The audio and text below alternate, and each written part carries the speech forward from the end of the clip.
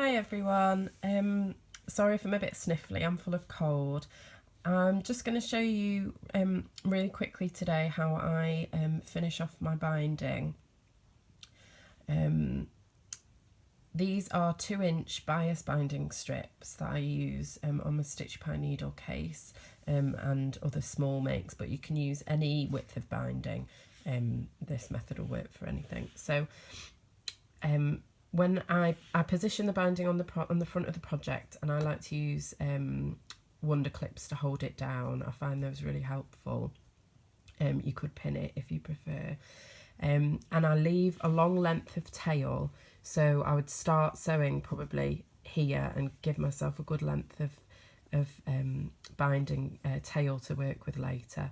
So I start sewing here and use a 1/4 inch all the way along the project, and just keep sewing around, and then I'll stop somewhere over here so I've got another nice length of tail to work with to finish off.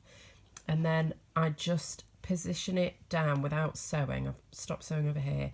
I just run it along the length of the project to the binding strips meet, and I fold them back like this, right? Butt them up close together, fold one down and one up, so you've got the same angle as when you're making the binding.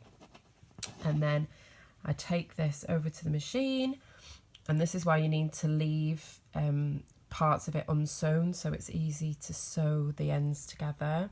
And I just sew down along that line there, so your tails are making like a cross, and I sew along that line and then trim that back by a 1/4 inch, and then I just position the binding back down on the project, and that should fit nice and neatly, and then just sew it down as you would usually. So I hope that's helpful.